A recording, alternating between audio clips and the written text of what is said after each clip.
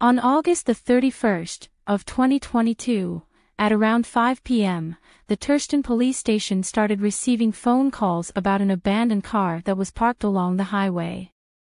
Officers arrived on the scene shortly after, to find the abandoned vehicle just like callers described. As soon as the officer approached the vehicle, he noticed the driver door ajar, and a cell phone laying on the ground outside the car door with a cracked screen. The officer then checked inside the car for any signs of what happened to its driver. That's when the officer noticed the keys were still in the ignition, and that there was blood on the steering wheel and the door panel. Police then ran the registration to find out the owner of the vehicle. The car was registered to a man named Kenneth Davis. After calling Mr. Davis, they would be informed that the car had been given to his son Gabriel Davis at around 4 p.m. that same day so Gabriel can get to football practice at Olympia High School. But after checking with the school's football program, it was quickly realized that Gabriel never made it to practice that day. After finding such a scene, police had a lot of questions they were asking themselves. Like, where was Gabriel? Was he injured? Did someone kidnap him? Or had he been a victim of a violent crime? Well, stick around, gang, because this story has twists and turns that no one's seen coming, as we try and uncover the answers to the mysterious disappearance of Gabriel Davis.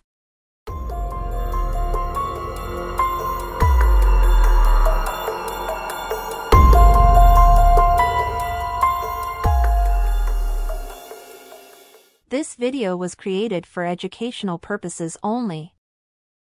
Gabriel Davis is a 16-year-old boy from Olympia, Washington. He attended Olympia High School and was a fairly good student that enjoyed playing football. He never missed a game or a day of practice. So when he didn't show up for practice on August the 31st of 2022, it was highly unusual. And after finding his car abandoned in the condition that it was in, the Terston Police Department would immediately issue a missing persons report. The police would launch a massive search that would go late into the night and into the following morning, as authorities would search for the 16-year-old on foot, in police cruisers, and also from the air, in helicopters. And after the incident was reported on the local news, police would start receiving lots of calls from people saying they've seen the boy around town, before and after the time of the car being found. Also, it was reported that 5 different people would state that they allegedly seen the boy walking by himself along the highway, and one of the witnesses even said they had stopped and asked the boy if he was okay, and in response, the boy replied saying, "Yeah, I'm fine, thanks." After Gabriel's disappearance, the community was completely terrified. And the reason being was because Gabriel wasn't the only person to recently go missing from the area. No, you see, 2 other young men seemed to disappear within a 5-mile radius of where Gabriel's vehicle was found just in the past 6 years. So the local residents were putting a lot of pressure on the local police departments to find out who was taking these young men from the community and why. The other 2 boys were named Logan and Matthew. All 3 of the disappearances had striking similarities. All 3 were high school students, all 3 were athletes, and like Gabriel, Logan's car was also found abandoned on the side of the highway. But sadly, Matthew and Logan were never found after their disappearances. But the police would receive some big help from the FBI, which joined the case pretty early on due to the similarities in Gabriel's and the other 2 missing persons cases. During the investigation of Gabriel, police would be contacted about another person that had seemed to go missing in the recent days. This time they would be contacted by the manager of a diesel engine repair company by the name of North Carolina Power Systems, to report that one of her employees hadn't shown up for work for the past 3 days, and also wasn't answering any of their phone calls, which was very out of character for him. The employee's name was Daniel McCall. The manager just asked if they would perform a welfare check to make sure he was okay. Police would drive out to the address, which was about a 45-minute drive to the next town over. When they arrived at the home, they began to knock on the front door of the house when Daniel's dog, a German Shepherd, came out of the doggy door to happily greet them. After the dog came out of the house, they were hit with a strong odor of decomposition, so police then searched for a way into the residence. Police found a side door was unlocked and gained entry. Once they got into the house, they quickly located Daniel. He was laying on the floor of the laundry room in a pool of his own blood with a single gunshot wound to the head. But further analysis of the victim's body indicated that Daniel had also been shot in the abdomen, and he also had multiple stab wounds throughout his body. Also at the scene, detectives found 2 empty holsters, along with a shell casing for a 9mm handgun, and a shell casing for a 45mm handgun, which lead investigators to believe that there were 2 suspects responsible for the crime. After talking with neighbors, investigators would learn that no one usually visited the neighborhood except the residents that lived there. They were asked if anyone remembered hearing gunshots in the past couple of days, but no one said they had. The neighbors would also state that they lived in a pretty secluded area and didn't interfere with each other's affairs, so more than likely even if they had heard gunshots they wouldn't have called the police to report them. While on the phone with Daniel's boss, she would state something very peculiar. She had stated that just 2 weeks before the horrific murder, Daniel had ended things with his fiancée Amanda. Amanda was also an employee for the same diesel company Daniel was working for. Oh, and there's one other detail about Amanda that you should know. And it's probably the most important part that police would notice about the whole situation. They realized that Daniel's soon-to-be wife had a son named Gabriel. Yep, you guessed it, it's the same Gabriel that went missing just days prior, that police were actively searching tirelessly for. Now police were left to wonder if the 2 cases were connected to each other. But to find that out they would first have to locate Gabriel.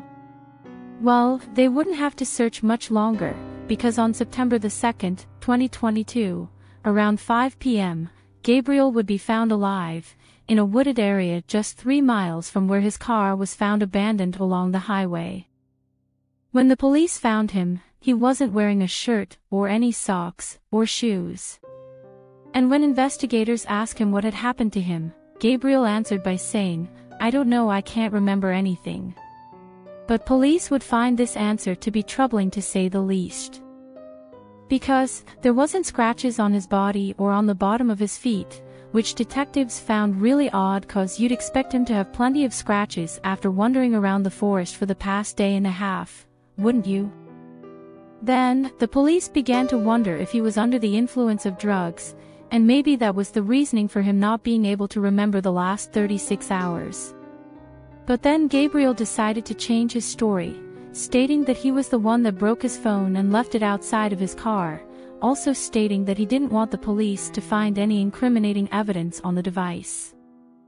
He would go on to tell the investigators that he couldn't say any more than that he feared repercussions if he talked about what had happened to him the day of August 31st, 2022. And without any evidence that Gabriel had committed a crime, they released the boy to his family. But his freedom would be short-lived, because the very next day, Gabriel's father would make a phone call to the police stating that his son had been involved in the death of Daniel McCall. You just know you're in the wrong when your own father drops the dime on you, and clearly Gabriel was in the wrong here.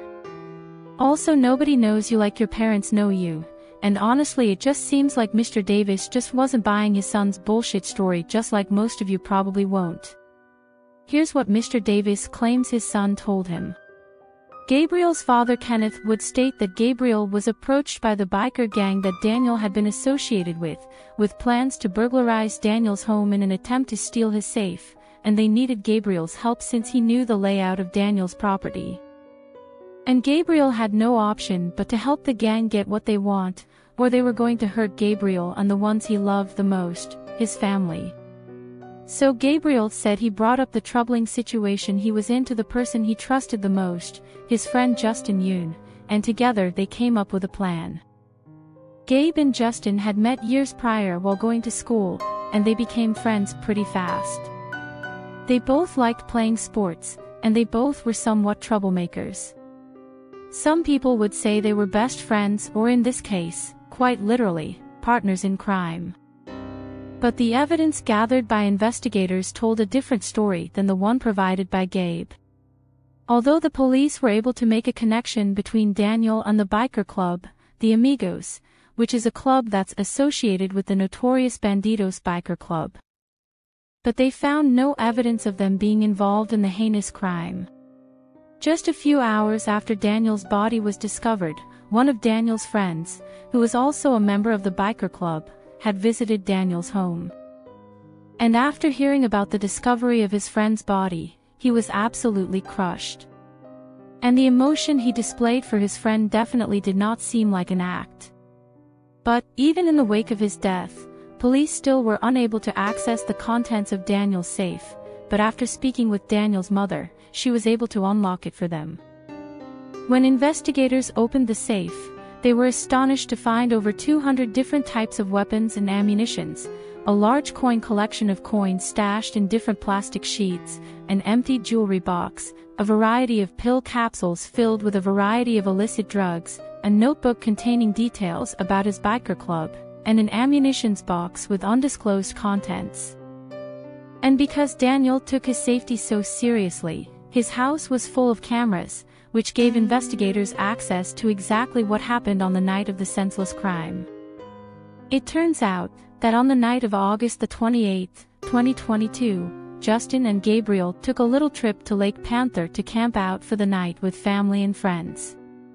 Around 12:30 a.m., friends and family of Gabriel said that they remembered Gabriel and Justin leaving the campsite and not returning until about 6 in the morning, and they had no idea where the pair went. But, after reviewing the surveillance cameras of Daniel's house, they knew exactly where Gabriel and Justin had been that night. Because, at about 1:50 a.m., Daniel's surveillance cameras show two men approaching the house from the backyard. Both men seemed to be wearing masks that partially covered their faces, while one of the men had some type of canister which investigators now believe to be bear mace around their waist. The two men approached the home with flashlights in hand and they entered the house through the dog door. Then at 2:40 a.m. Daniel was seen leaving the garage and entering his home, then 6 minutes later video surveillance would catch his dog running out of the dog door quickly. Soon after, the two masked men would also be seen leaving the house from a side door, only to be seen walking back and forth between the garage and the house, carrying items in their hands that looked to be ammunition crates. Then, at 2:52 a.m., the two assailants were seen fleeing the property with the ammunition crates in their hands. Gabriel would go on to tell his father that after Daniel left his garage, Justin followed him from behind and stabbed him to death. Then minutes later he heard a gunshot. After that, Gabriel said that he went to the garage to locate the safe, and while he was looking for the safe, he heard 2 additional gunshots. He then said they ditched the handguns on the outskirts of Daniel's property and then returned back to the campsite to enjoy the rest of the weekend with their family and friends. Gabe said the reason for his disappearance was because some members of the biker club had found him and beat his head off his steering wheel, then ripped him out of his car where they kidnapped him in an SUV. Then he said they drove around and beat him while questioning him about the crime, trying to find out what they stole from the safe. But since they didn't steal anything from the safe, after some time they then stole his shoes, socks, and t-shirt, and left him on the side of the road. Gabriel said he ran into the woods to hide himself from the gang because he was scared for his life. Gabriel ultimately tried playing the victim for investigators, but they weren't buying it. There were too many holes in his story and the evidence just didn't fit. The police weren't buying the BS about the biker club forcing him to commit the crime. It just didn't make much sense to detectives, or anyone else for that matter. So later into the evening of September the 2nd, 2022, officers were sent to the residence of Gabriel Davis and Justin Yoon with not only arrest warrants for the both of them, but also search warrants to search both of their homes. At their residence, detectives would find the masks used by the two boys while committing the crimes. They would also find flashlights and other incriminating evidence. After making the arrests, Gabriel would lead detectives to where they had pitched the firearms used in the crime. A 9mm Ruger handgun and a .45 caliber Sig Sauer were recovered, along with about a dozen knives. Both firearms matched the ballistics as the weapons used to kill Daniel. Investigators still don't know the motive for this heinous crime other than the sour feelings Gabriel may have been harboring towards his mother's recent breakup with Daniel. Because it was reported that during their relationship Daniel and Gabriel would often get into arguments that some say led to Daniel threatening the boy with a firearm. Also, Daniel was said to have been given an ultimatum by his bike club to either leave Amanda or leave the club, which resulted in Daniel ultimately leaving Amanda 2 weeks prior to the crime. So, what do you think about this case? Do you think that Gabriel was really forced into committing this crime by the biker gang, or do you think that Gabriel and his friend Justin came up with a bad idea one night and ended up following through with it? Well, let us know what you think down in the comments. So, until we meet again. Case closed.